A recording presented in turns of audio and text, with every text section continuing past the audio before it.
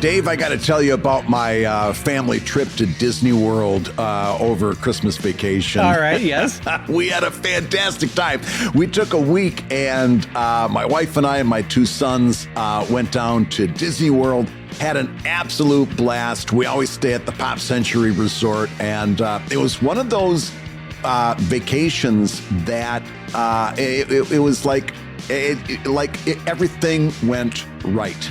Oh, lovely. That's it great. was like we were flying out just as the winter storm was hitting. Luckily, none of the pipes froze while we were gone. We actually dealt with that a lot more when we got back. It was cold down in Orlando that week, though. I was walking around dressed like this for the most part, sweatshirts and jeans. Because I think it only got up to like 55 or so. It flirted with 60 one day, and then it would get down into the 30 and 40s at night. So it was a little cold, but that kept the crowds down, which was nice. That's good. So, of course, we had to go and ride the Guardians of the Galaxy ride, the first roller coaster at Epcot. And it's pretty intense. And my younger son, big roller coaster guy. Me, I always go on roller coasters with them because, nobody else is really a roller coaster person. And I'm like, ride or die, let's go. But Guardians of the Galaxy, I don't know how much you know it. It's 360 degrees. It's mostly pitch black. There's flashing lights. You're going backwards. There's unexpected drops. You're spinning. In other words, if you're an older guy in your 50s that has a little bit of problems with vertigo, maybe not the best choice. And my older son is really not a rider so much. It's just not their jam, But all four of us decide we want to ride on this ride together. And I'm telling you, it was the first time I ever went through a ride with my eyes squeezed shut and just like chanting to myself, you're going to make it. You're going to make it. It's going to be okay. It was terrible for me.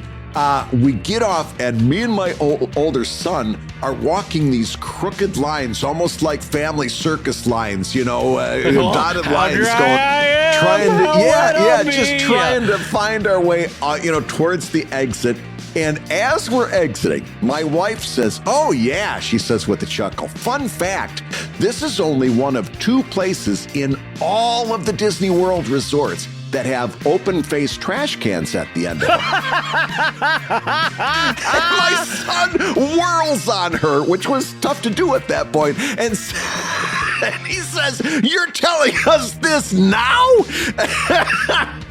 It took us literally the rest of the day to get our sea legs. It was, by all accounts, for anybody that might have gone through that ride with their eyes open, it was a very fun ride.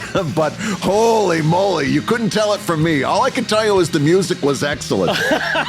Well, I also went on Guardians at the Anaheim Disneyland, the original one. And I will say this, I also do not love rides where you pay the price the rest of the day. You're like, your inner ear is spinning and your stomach feels a little cattywampus. But here's the one fun fact about Guardians of the Galaxy that I had. So earlier that day, I had bought a, Disney does a really good job with pins. I had bought a pin, right? And I thought I had pinned it well on my shirt, right? So, you know what it was? I think it's because there's shoulder harnesses on Guardians of the Galaxy. I think it had broken off the back of it. Yeah. Anyway, all of which to say is, you know how NASA has that plane called the Vomit Comet where they teach astronauts what weightlessness feels like, because for a good 3 minutes they just dive and you get 0 G? There was at least 10 seconds, I'm not to exaggerate, there was 2 to 3 seconds on Guardians of the Galaxy where it dropped so fast and so far that, Brad, the pin was hovering in front of my face. It wasn't going up, it wasn't going down, it was just hovering in front of my face. And I was like, you kind of acknowledge it, you're like, is that my pin? And then you go, is it hovering in front of my face? And then you kind of reach out in like a weird surrealistic way and grab it, and you're like, that is my pin. And then you throw up when you get off the race. So yes, I agree with you that Guardians of the Galaxy ruined my day at Disneyland. Ruined it. I was sick for the rest of the day. I was like, And on that note, I'm going to say hello, everybody, and welcome to Comic Lab, the Vomit Comet approved show about making comics. And amazing reflexes catching pins in the midair and making a living from comics. I'm Brad Guigar, the editor of webcomics.com on Substack and the creator of Evil Inc. And I'm his pal, Dave Kellett, who also once caught a line drive to first base with my bare hands, and it hurt like a son of a bitch, but I did it. But you talked about it for the rest of the season. Yeah, listen to old man Kellett talking about the one catch you made with a bare hand. Anyway, cartoonist of Drive and Sheldon and co-director of the comics documentary Strip. And this week's Hour of Comics Advice is made possible by Los Angeles Little League Baseball and Patreon.com/Comic Lab. So Dave, let's talk comics. Let's talk comics, my friend. And yes, that is a well-earned shot. I am living the glory days of Little League. Although I think that was high school baseball. At least you had glory days. Yeah, I think that. But anyway, it doesn't matter. So, Brad, I'm excited because you had pitched me on a topic for this show, and I would love to dive deep in it. So I'm just going to pass off the reins to my intelligent friend, Brad Guigar, because you have a great idea that I want to go through with today. And this is something that hit me. This is one of those shower thoughts that hit me. And I don't know. Slow it down. This is a family show, Brad. Family show. I don't know whether this is comprehensive or not. So I want a gut check on this when I get to the end of my rant. And you can tell me what you think. Maybe I missed something or maybe something doesn't belong. But I was thinking about the information that creative people share among themselves, right? Information that creative people share among themselves. Okay. Yeah. Like what we tell each other about what we do and mainly trying to help each other out. Right. Telling you how to do this, how to do that. Beware of this, but always remember to do that. And I thought about how we engage in information sharing. And in my mind, it all broke down into three categories. We have three types of information that we share. Okay. Number one is facts. Okay. Facts. Okay. Like truths, actual data. Yes. Yeah. Real hard. Yeah. Okay. And these are things that are verifiable, right? Or at least comes from a place of good background, like first person experience. You can say, listen, for example, you want to start your comic when you're drawing your comic or scanning it in. You want a high res in the first step. You want to have a high res image. You don't think you're ever going to do a book, but you'll be surprised how often you need that. If not for a book, you'll need it in high res. So a fact is do your comic in high res. That's a very easy fact that we might share with each other. Gotcha. Or I text or email Brad Guigar and say, hey, Brad, unexpectedly, Comic-Con has dropped their prices 20%. That's a fact, right? There's no weird hearsay. There's no passing it through a game of telephone. Yeah, all right. Go ahead. Keep verifiable stuff. Like you want to prepare your comics so that you have a CMYK version. Again, because eventually you're going to want to have an offset print run to bring your profit margins up. You, of course, can put an RGB up into a print-on-demand printer, but eventually, if you get good at this, if you want to turn this into a career, it's going to be to your advantage to have a CMYK final output. That's just a fact. And most of the stuff, hopefully, on this show that we share with you is based in fact. And when we share an opinion, hopefully we do a good job of making it clear that it is an opinion, right? Well, so a question for you. When I share something like Brad Guigar is amazing, is that a fact or is that an opinion? Verifiable. You can actually empirically, you can define greatness and you'll see a picture of me waving back at you. Now, do I see a picture of you waving back at me next to an open-faced trash can? Yes. And you'll see. And your cheeks are bright purple? That's right. You'll see. Look, thank goodness it's not a video because I wouldn't be able to stand still. I'd be swaying back and forth. I forgot to ask you at the time, what is the other ride that has an open-faced trash can? You know what? I didn't ask her, so I don't know. If I had to make a guess, it would be that Everest ride that also does a lot of backwards. The Matterhorn? What's that? The Matterhorn? Not Matterhorn. It's actually called like Expedition Everest. And there's a Yeti at the end of the ride and you go backwards. But I think there's actually one it might be Tower of Terror too, where they just drop you. Tower of Terror in Los Angeles became Guardians of the Galaxy. That's what Guardians of the Galaxy is here. Is that right? Not what it is in Florida?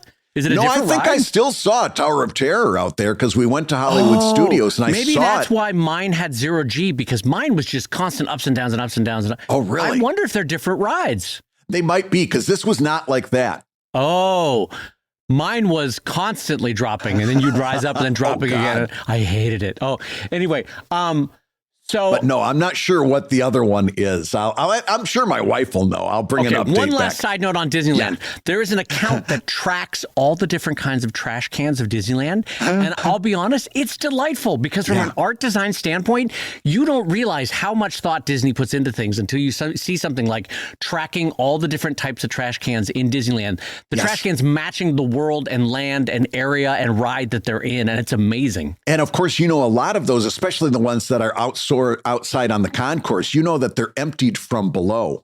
Yes. Which I find fascinating. The other thing that I love about Disneyland is the color Go Away Green. Have you heard about Go Away Green? Yes, talk about it. Go Away Green was designed by the Imagineers and the painters of Disneyland as the color that your mind would most likely pass over. It wouldn't look at it. Yeah. So if they needed to cover a generator hiding behind a bush, and Disney's really good about hiding stuff like that. Yeah. But if they needed to cover a generator, or you know, some kind of step down DC thing on electrical, they paint it Go Away Green, and your eye legitimately doesn't really notice it. It's fascinating. Yeah. Just one more sidebar before we get back. We did go to the Star Wars area at Hollywood Studios. Yes. And I've got to tell you, talk about a jaw-dropping experience. But by the way they laid it out, you come around this bend and all of a sudden this vista opens up in front of you and you are on an alien planet. And it's just like you turn the corner and it's all of a sudden it's there and you're on an alien planet. They've got speakers in the bushes that make it sound like starships are going overhead every once in a while. It'll just go zoom. And it's audially set to make it sound like it's surround going sound. Yeah, so you hear the ship go. We had such a good time at the Star Wars area. But anyway, we so might this show have has to, now become two guys talk about how much they love Disneyland. Oh, That's you know what how this is. popular a Disney podcast would be? we'd have a great time. And then I could write this trip off. We ought to consider it. But anyway, the three types of conversations that artists have, the three types of information. Facts are number one. Number two is marketing. And, marketing. Okay. Yeah, and marketing is almost anything you read on social media. And as you can immediately tell, much less useful. And in fact, is a good way if you pay attention to it, or if you get suckered in by it, you could make some really bad decisions. So where facts are useful, marketing is not useful. And Can you give me an example of how the marketing is not useful? Yes. This is think about this. Think about how many times this has happened. You see somebody post on social media, oh my God, what a great time I've had at Cuckoo Comic-Con. I've sold out of book 3. Thank you so much for everybody that showed up. Now, if you get suckered in by marketing, you may not realize that person only brought 5 copies of book 3, right? And the new book 5, they're taken home in crates. And most of the time they spent at the convention, they saw tumbleweeds going across their booth. But they can't say any of that on social media. But what they are going to say is, I sold out of book 3. Thank you so much for coming out. It's all marketing. Almost everything you read on social media is marketing, if not 100%, 90% marketing. And you can get suckered into believing or making some really dumb decisions if you're going by what these other people are putting on social media. Yeah, to quote the movie Gladiator, all of that social media is a pleasant fiction. It's a pleasant fiction. Like Have I done that exact tweet at Comic-Cons? Yes. You bet your bippy. I There sure have been have. Comic-Cons where I brought 4 boxes of books and sold out of all 4 boxes of books, and I was so excited. There have been Comic-Cons where I get there and I go, oh crap, I only brought 1 of book 2. Oh no, what am I going to do? Well, day 3, I'm sold out of book 2, gang. It's been a tremendous show. God, I'm so excited. Thank you all so much. Yeah, so Brad is right. By the way, and also I feel called out on that, but yes, Brad is right that we have all, and that's not just at Comic-Cons. Yeah. Think about it in terms of any aspect of marketing or sales or presentation of your comics or book signings or this or that, because part of branding is building up the positive, Yes. and so, but and in a good way, by the way. Not all of this is nefarious. Sometimes it's just like to encourage the next person to come up to the booth, or to encourage the next person to jump in on the Kickstarter, or to encourage the next person to jump in on Patreon. It's not all nefarious. It's it is a pleasant fiction, quite honestly. It also means that if you're going to do this, if you're going to play this game, you have to understand how it's played. And a lot of what we tell you to do on social media is emphasize the positive.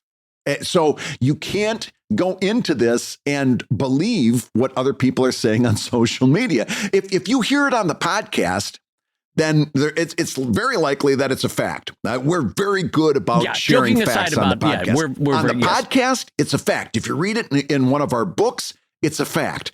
If you read it on social media, there's a good chance, unless we're quoting the podcast, it's a good chance that there's a lot of marketing going on there. And you have to know the difference. Yeah. And honestly, too, so that you know, when we find out that we are wrong, or we think that we are wrong, I think we've done a pretty good job of being like, listen, gang, we're human. We made a mistake. This is the fact set that we thought was true is turning out to not be true.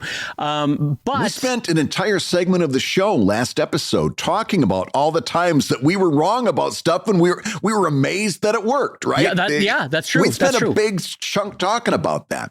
But anyway, I like this though, because it is.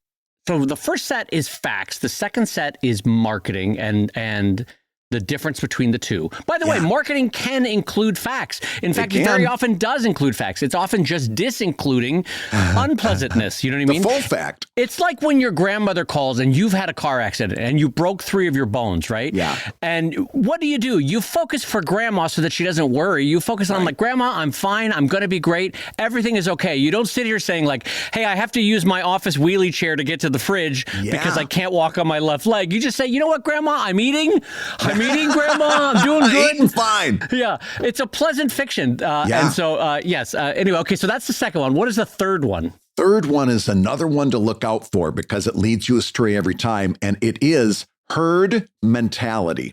So you've got herd mentality. Facts, okay. You've got social media marketing, and you've got herd mentality. And herd mentality is a really important one to look out for because, again, it leads you to making a lot of bad decisions. So what is herd mentality? Herd mentality is when everybody believes something because everybody says it. And everybody says it because they were told that. And they were told it because everybody says it.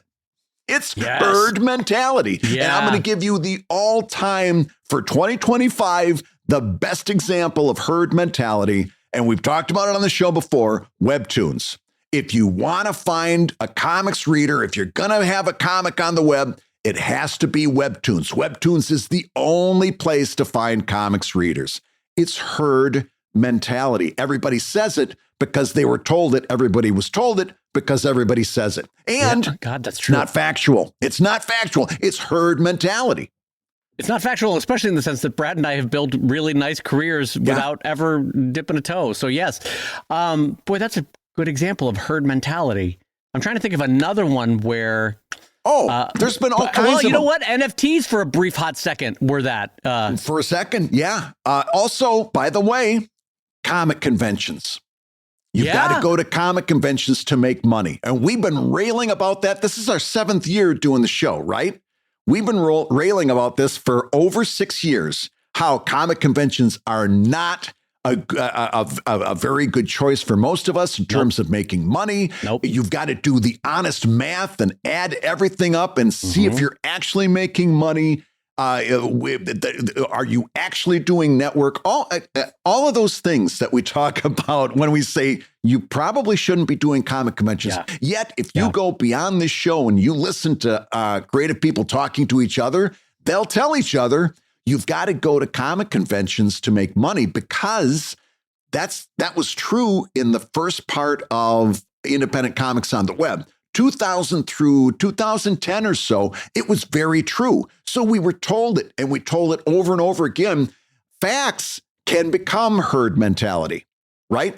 It was true when we were telling each other, you got to go to comic conventions to make money. It was 2002. And it got repeated so often that it became something bigger than a fact. The world changed, but the mentality did not change. It stayed the same. So you'll still see people saying you got to go to comic conventions to make money, even though it has long ago stopped being factual.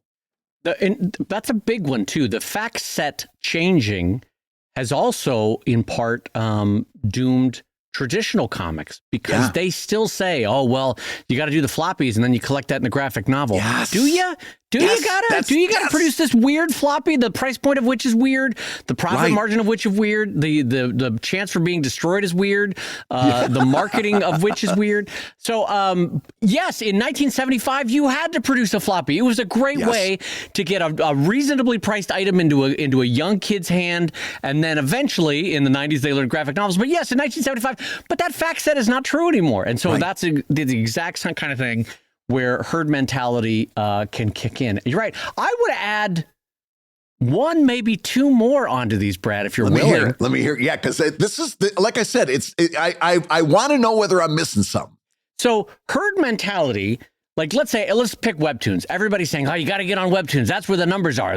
Hey, listen, everybody that's 23 is reading comics on Webtoons. That's where you want to go. Yeah. That's herd mentality. But there's also, I think, one that I would propose called the blind leading the blind, which might be different than herd mentality, although maybe it's not. I don't know. We'll talk about it. So that, I would say, is well-intentioned people that don't know what the hell they're talking about, that come on to forums or social media and try to tell you how to do your cartooning or try to tell you how you should be running your business. Do you know what I mean, Brad? But they don't know. They're on month 2 and they're telling you how to run your business, you know?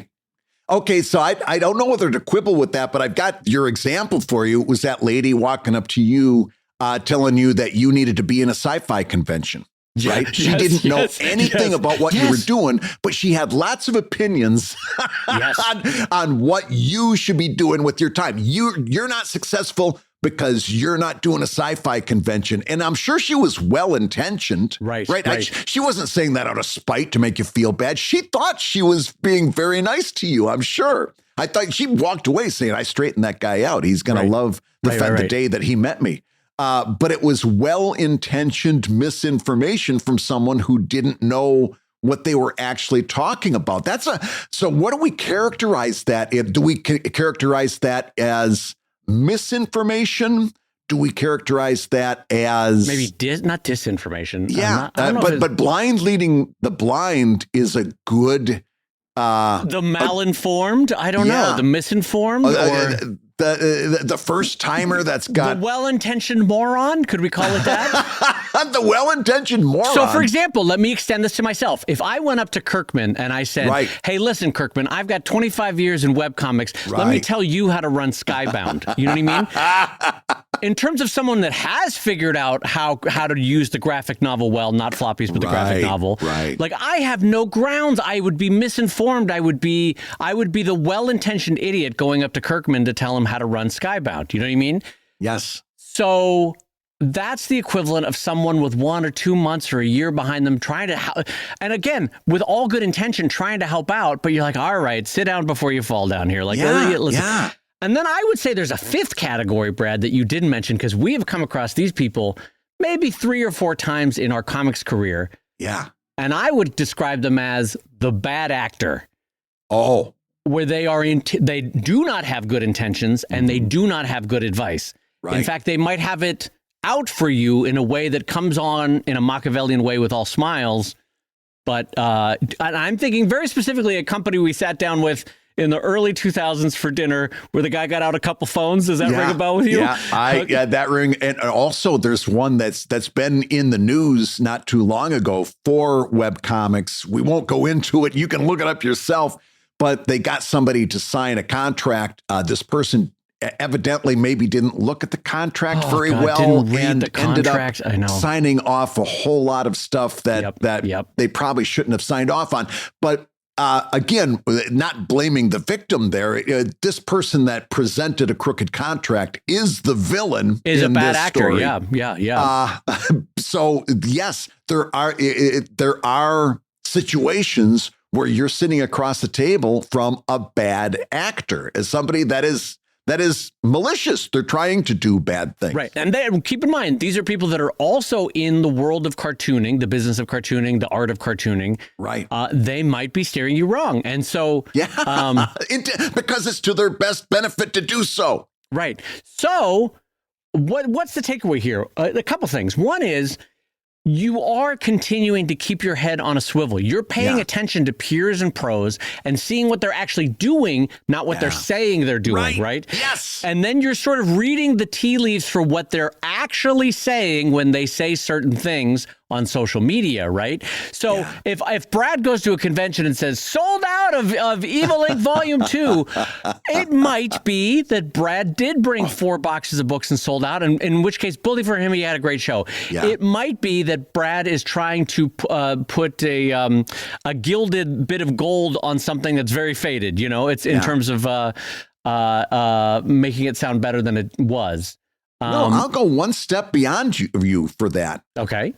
There used to be this old joke about a politician, I forget which one, but the joke was that the press corps had a system worked out that if the president tugged his sleeve, he was telling the truth.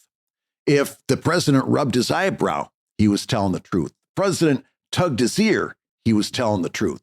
If the president moved his lips, he was lying. I didn't see that coming. I think that was Lyndon Johnson or Richard Nixon. Damn it, I didn't see that joke coming. It got me. Yeah, how could you not see that coming? I thought I was being too stupid with it. I need more coffee in me. All right, keep going. I thought I was doing a poor job. But anyway, when you're looking at Brad Guigar on social media, I'll be super honest with you. Unless I'm quoting Comic Lab, I'll put a quote up from Comic Lab from time to time, or I'll put a quote up from one of my books. Unless I'm doing something like that, you better believe you're looking at least 80% marketing. Yeah. Because not for nothing, gang, that's what I'm there for. You've heard me say it before. I'm not on social media to read. I'm not, if I wasn't doing a comic, I wouldn't be on social media. I'm on social media to promote my work. Anything else that happens is a happy accident. If you're reading my social media, you're getting a huge dollop of marketing, and you should understand that. Yeah. That's and by the way, it's the truth with everybody else too. I'm just the one who's saying it out loud. Yeah. I'll give you another truth that no one else will ever say. I don't tend to do book signings. Brad doesn't tend to do book signings, but for friends that do, and there are many, I will tell you that when they put out a tweet that says something like, wow, huge thank you to everyone who came out today. What a fun day. So nice to meet you all. It was really great energy, and I really appreciate it. First of all, that's true. They are thankful to everyone who came out, right? Yes. Second of all, I don't need to know who they were or where it was or how long the session was. They got 4 people that came out. Yes. Unless they were Raina or unless they were Dave Pilkey, they got 4 people to come out to their book signing at some comic book shop in Des Moines, right? It doesn't matter who they are. No one goes out to book signings, and it's always like, unless they said, wow, we had over 500 people, in which case, great, they had over 500 people. Yeah. Go with God, I'm happy for them, legitimately. But if that's not the case, if they said thanks to everyone who came out, it was 4 people, I guarantee you. Unless they were giving away free beer, you bet your boots. And if it was a Brad Guigar book signing, you better believe that the tweet should have read, thank you to both of the people that showed up. I want to thank Bob for coming out to my book signing. Thank you, Bob. In fact, it shouldn't be a tweet. It should just be a text message to Bob. I mean, listen, it's part of the reason why we don't do book signings, and it's part of the reasons why, aside from me doing Comic-Con, we don't do comic shows anymore. No. We're telling you the truth, is because the number numbers are just not there. So if you see people tweeting pleasantries, that's what it is. Yeah. So I like that. I like that. So maybe the 5 different types of information to look at, or maybe the headline here is, don't believe everything you read. There's varying levels of usefulness to everything that you see and hear from your fellow artists. And you've got to know that sometimes, and again, going back to comic conventions, just to wrap up this conversation, how many times have you stood next to somebody as a show floor is closing down and said, how was the show for you?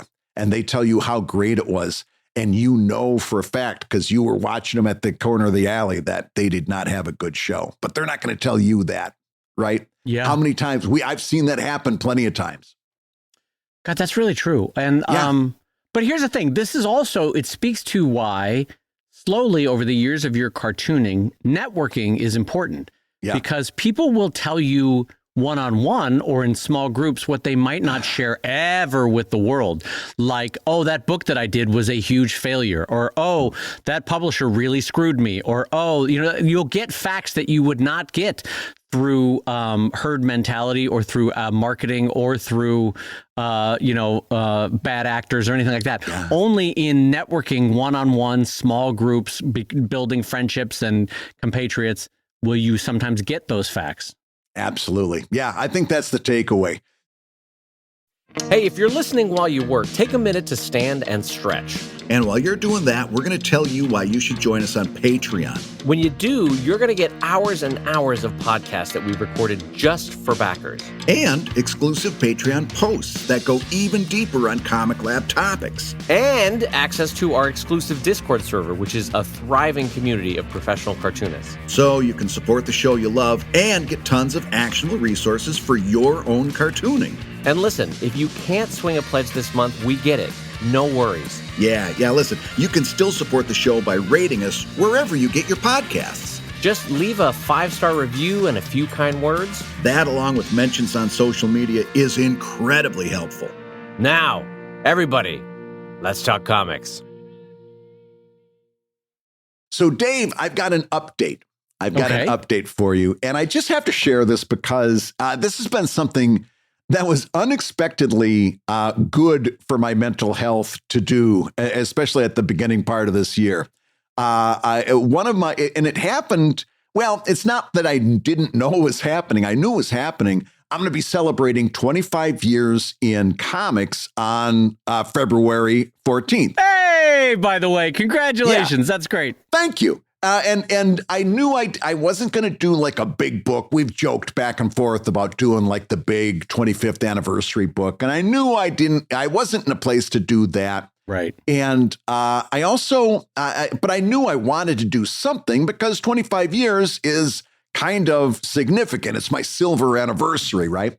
And I got between catching up. Disney was fantastic, but I have been catching up ever since, trying to, get back on track and get my Can buffer I tell going. you, I got sick after my vacation. I have also been catching up. Yes. It's been painful, but yes, keep going. It's been terrible. I've been just running my butt off. But anyway, one of my super fans in Patreon in the chat said, countdown to 25. This is the first time that Brad had a superhero in his comic strip. And he actually went back and found the first superhero that ever appeared in Greystone Inn. Fun fact, what was it? It was an old man character. I think I called him Titanic Man. And he was super old and crinkly and stuff. And he'd shown up to fly 2 characters from one place to another because they had to get there quickly. And he was the only way. I love that even on your first outing, you were playing with the genre. You were like, it's not fun to do the super strong normal one. Let's do a weird one. It was much funner to have this aging golden age superhero that was, very, very elderly, but still had a certain amount of superpowers. So but he said countdown to 25. And I thought, oh my God, it was sitting right in front of me because I did a Halloween countdown, which was just an excuse to share a bunch of my single panel cartoons. Sure. I did a Christmas countdown which was, again, just an excuse to share a bunch of single panel cartoons and have stuff to put on social media. And I'm like, oh my God. And I looked on that day, it was 25 days until February 14th. So I'm like, okay, I'll have 25 highlights from my 25 years that'll culminate on the 25th anniversary. Yes. So then the thought in my brain was, have you had 25? Are you going to be able to make? Oh no! The Inside Brad Guigar said, mental health. Okay, maybe there should be a top 5 list. Maybe you can come up with 5, right? Brad. So I'm like, well, all right. I'm going to go and I started counting significant things that happened along the way to 25 years. And in a moment of pure joy, I had to start cutting things because I had too many. I had way too many. I had to start picking and choosing. And it's like stuff that would like getting my first Cintiq, right? When I went full time, I left my day job at the Daily News, went full time as a cartoonist, and Scott Kurtz met me at Emerald City and gifted me his old Cintiq as kind of like a congratulations present. And so it was the first Cintiq that I got. It also was, obviously becoming a full-time cartoonist. That was like one of the memories. And then it was like bringing a colorist on for the first time. The first time I did an Evil Ink After Dark, rebooting the comic. And I'm going in reverse order. So I'm starting from 2025 and I'm going all the way back to 2000. The 25th is going to be launching or posting Greystone in for the first time on February 14th, 2000.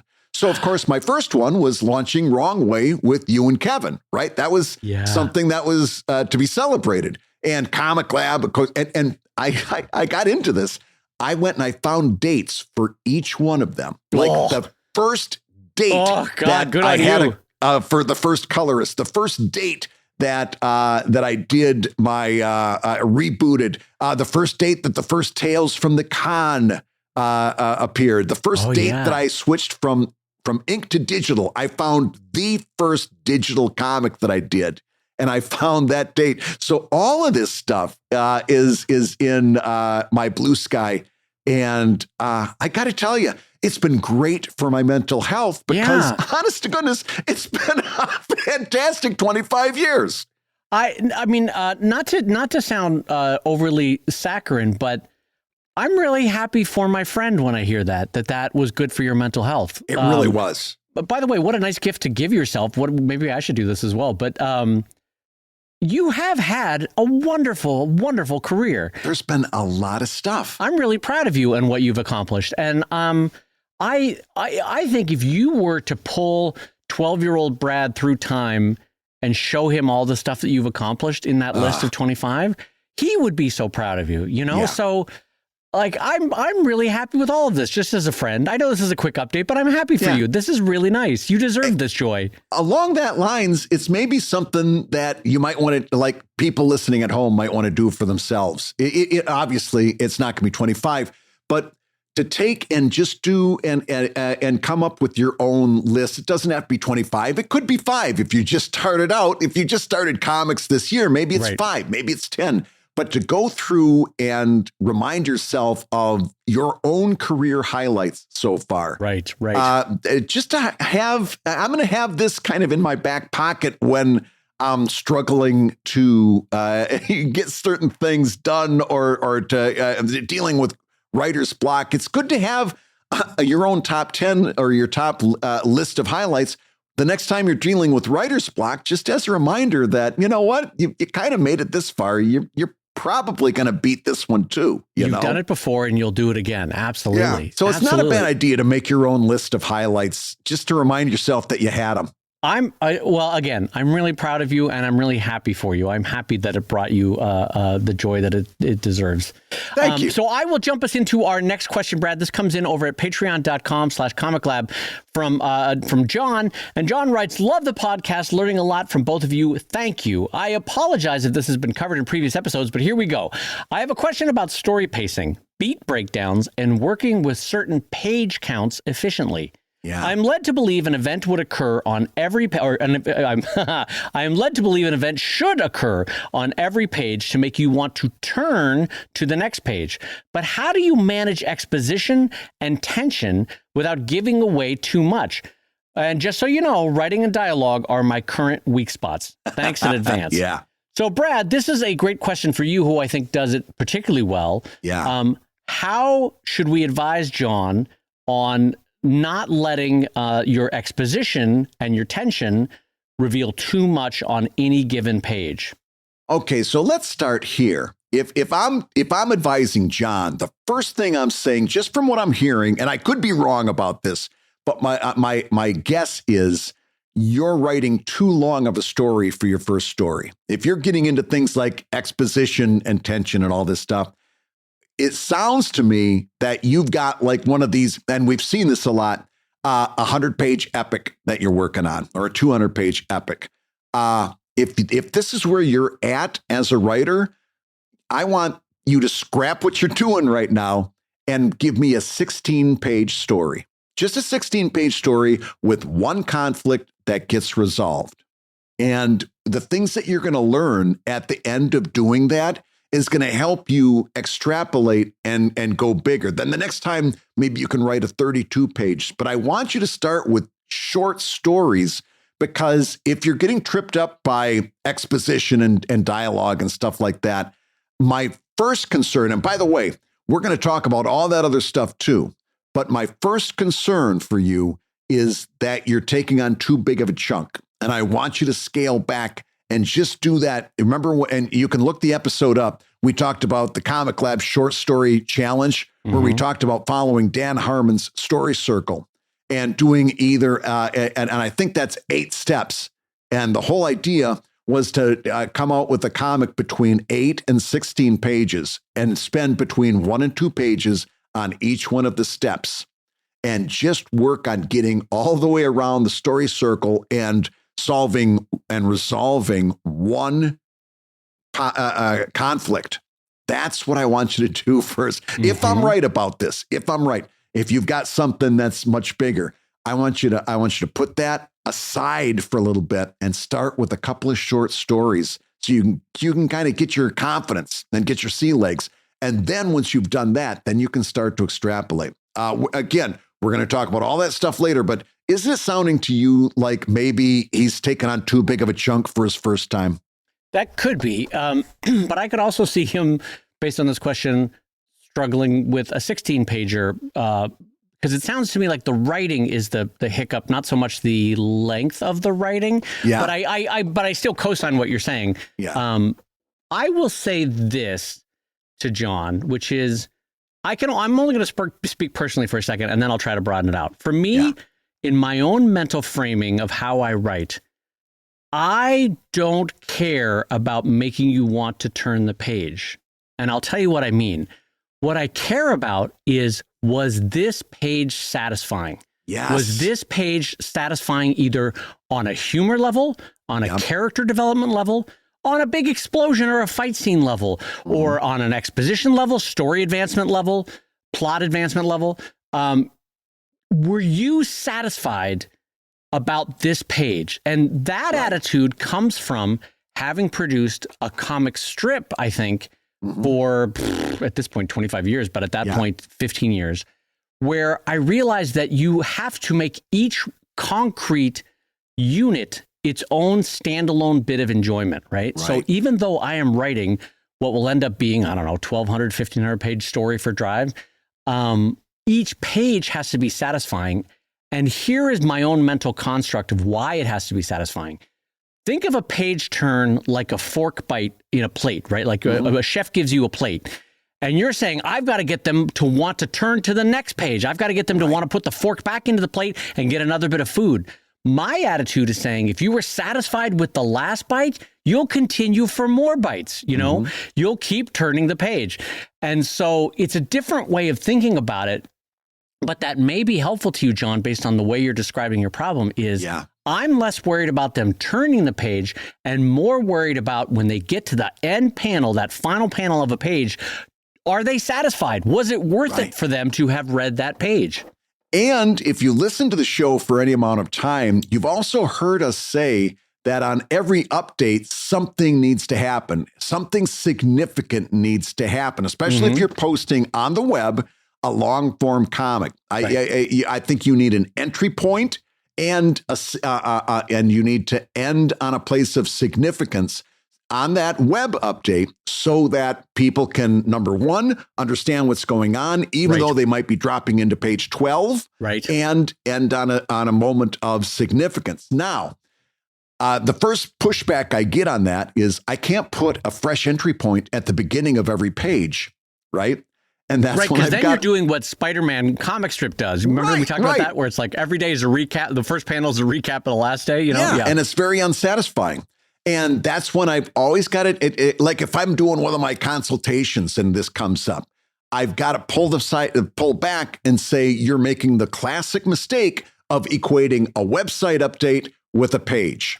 And so many people just like, well, okay, I'm done with the page. I'll put it on the web. And to really, if you're going to focus on audience building on the web, you can't make that mistake. And you have all kinds of tools at your disposal to give people an entry to that page, or an entry to that concept that might not be part of the page that goes in the book. Pages are units of books. Updates are units of website posts. Yes. And you've got to know the difference. Yes. And I've said 100 times, a page in an Evil Ink book is 2 social media updates. Right. It's the top half gets posted on Tuesday. The bottom half gets posted on Thursday. That's how I build those pages. Yours might be different. Maybe you're doing a smaller page and it takes 2 of your pages to make 1 web update. You have to know for you how that works. But the biggest mistake you can make is equating a page with a update. They're 2 different things. Right. And I'm going to co-sign exactly what Brad said, because I really agree with it, by saying a page is not an update for a website. And Brad handles it very cleverly by dividing the page into 2 updates. Yeah. I sometimes less cleverly, but still workable, make an update multiple pages, because there are some moments in a story, some bits of exposition, some types of fight scenes, some types of this or that, where it is unsatisfying to end it halfway through. And so for that, I'm just like, well, shine it. I got to draw 4 pages for this week's update for Drive. Yeah. And I do. It takes me all week, but I'll draw the damn 4 pages because it's the only satisfying way for that update to work. And so, is there an argument that I could edit that down? Maybe, but some stuff in a story just requires a little bit more zhuzh, you know? And so, anyway, to echo Brad's point, yes, a page is not an update is not a page. Yeah. And with both, though, you're looking for something satisfying and concrete that has happened on that page, or that update. Right. That makes someone walk away from either social media or from the website or from RSS or from Reddit or wherever they saw it, and they go, I like that. There's a tiny little guy in a chalkboard in their brain going, check, yep, that one works. We're going back to that one tomorrow, you know? Yeah. So now let's give this guy some actionable advice. Let's give John some actionable advice because he says, what I'm hearing here is the worry is I'm giving away too much. I'm giving away too much with the exposition. And that's what he's like coming down to. That's what he's worried about. Because he says his problems had to do with story pacing, beat breakdowns, and working within certain page counts. Okay. So let's talk about some ways that you can focus on your pacing without giving too much away. Okay. First thing I'm going to say for something like that is to consider micro tension, right? In other words, not necessarily that big explosion, but different ways that you can ratchet up the tension of a story. Right. In but smaller just in ways. The moment, perhaps, you know? Right. So here's a great example. And it happens so much, we don't even pay attention to it anymore as consumers of narrative. We don't even consider it. But have you ever noticed the number of times that a certain thing needs to be done by a certain time, right? How many times have you heard a mobster say in a gangster movie, right? Say, well, I'll give you 24 hours to get that done. Right. Now, you know, in real life that in a real situation, that guy would just go, bang, you're dead. It's all over. And if he did say 24 hours, the clock wouldn't start magically at that moment. And then 24 hours just happens to be 6 o'clock the next day. And that mobster's sitting there watching the clock as it counts down to 6. He wants to shoot you, but he can't because it's only 5:49, right? And this is all stuff that gets weaved into so many narratives that we enjoy. And if we stop and think about it, it's the dumbest thing ever. But it's not there to be smart. It's there to keep you on the edge of your seat. It's a tension builder. And in this case, it might be a micro tension. Something needs to happen at a certain time. So that's the first thing that you can use to build tension is to set up a ticking clock, right? It just build that tension a little bit. And you can also do it with subtext in your dialogue or, and by the way, it's a visual medium, comics. So you can have somebody saying one thing, but the visual tells you something else. Maybe it's a look on their face. Maybe it's a background item. Maybe the dialogue is happening above, in a narration box above a completely different scene. You have the choice on that. And these are all things that you can use to build tension and to keep your reader interested. That's the first thing I'm going to tell you. Next one is I'm going to tell you that you're smart to be worried about this because you don't want to have an information dump. You don't want to dump everything at the same time. So think about what you're doing as leaving breadcrumbs and think about what the final reveal is. Now, in the same way that I went back over 25 years and found something interesting that happened 25 times along the way, how can you breadcrumb out that final revelation? What are the steps that take place along the way to revealing that final moment? Maybe that's a way that you can build tension, is by thinking about this as breadcrumbs that lead down a certain path. There's ways that you can mete that out little by little. That's another strategy that you can use. Here's another one. Ask questions and don't answer them. Right? Have your narration ask a question and then don't answer it. That's a question. I do that one quite a bit. I'll just ask a question. I'll have somebody say, well, why is it that Commander Heroic is never seen at the same place as Titanic Man at the same time? I don't know. It's weird. Anyway, let that sit. Let that simmer a little bit. Hey, your reader's sitting there going, yeah, that is weird. How is it that that's not happening or that is happening? Because remember, even though you want to avoid a Chekhov's gun, which is the introduction of something that doesn't get used, even though you want to avoid a Chekhov's gun, you do want to do some breadcrumbs that could potentially have steered some readers down the wrong path, because that's part of the fun of any story is like, you're not sure how it's going to end up. Right. So like in Drive, I have a couple things that I've intentionally sprinkled in that are never going to come to fruition, never going to happen. Because first of all, life is messy. Second of all, the plot will take it in a different direction. But also in the meantime, it is fun to have readers going, well, wait a minute. Does this mean blankety, blankety, blank? I don't know. And I'm going to think it through, or I'll talk it out in the public community.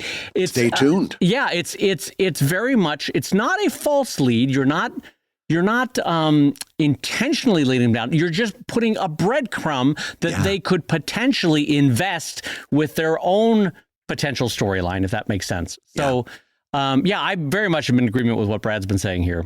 And my last suggestion here is just to, and I mentioned it a little bit on number 2, and I'm going to come back to it for number 4, and that is to remember that you're working in a visual medium. So use your visuals to create that tension.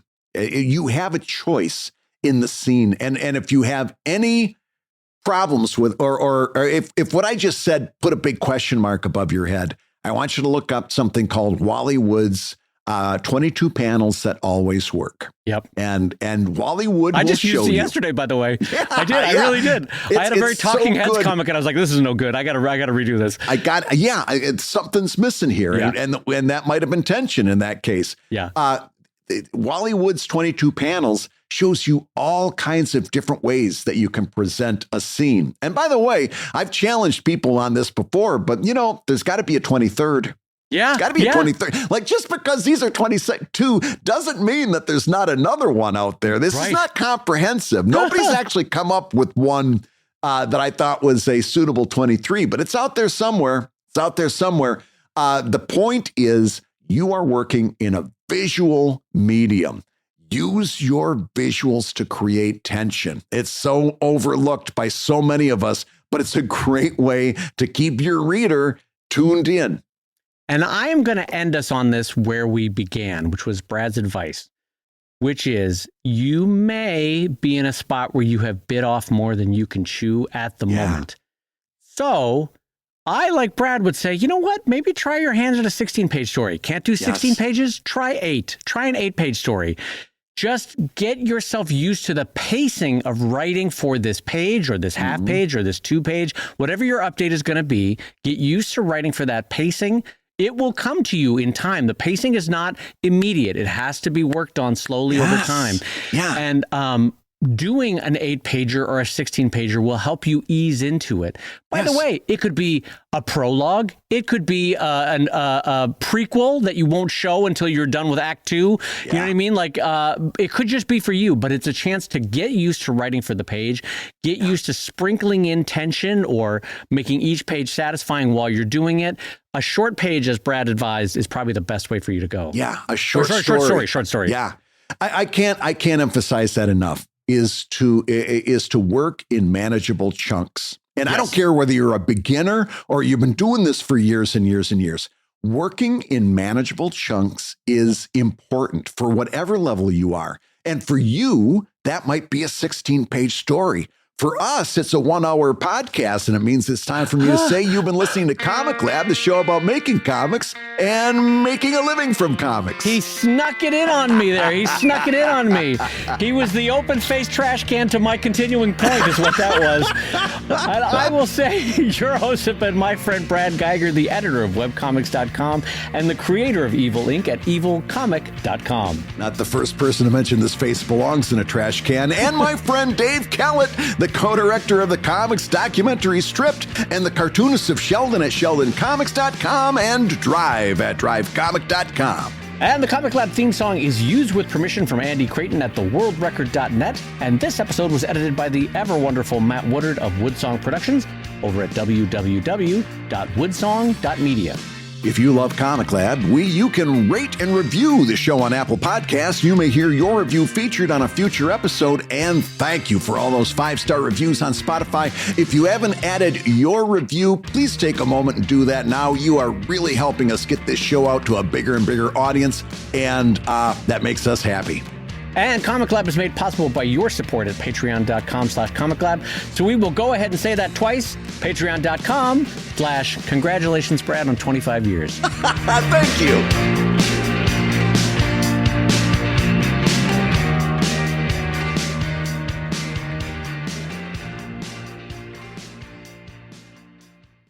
Seeing Disneyland struggle over the decades since I was a kid to redesign Pirates of the Caribbean in a way that is not terribly offensive has been amazing to see. Have you noticed, like, at first it was like, hey, maybe let's not have human slave trades in a Pirates of the Caribbean ride. So then they got rid of that and they're like, okay. And they're like, hey, you know what? What if we have the not be a weight joke on the one part of the Pirates of the Caribbean? And then they're like, hey, how about if you can see like Disney sweating and mopping their brow every time they ride Pirates of the Caribbean. Like, we gotta maybe change this whole bit around if we could. So much, that was one of the, and not the only problematic ride. But they've had a lot of rides that they've had to rethink, and rightly so, along the way. The one that still to this day I am amazed by is that the Tiki Room is still there. Because God, you go in there, you're like, this is so quietly racist. Oh God, it really is. They're Very catchy music. Jeez Louise. Jeez Louise. But you got to wade through a lot. Listen, I'm serious. You can't go into the tiki room and not be whistling that song on the way out. But you got to wade through a lot of uncomfortable, offensive stuff to get to it. Oh, I know. Oh, Disney, I'm here for you. Give me a call. I'm happy to help. I'm happy to redesign the tiki room for you. Just give me a call. I know some great voice actors.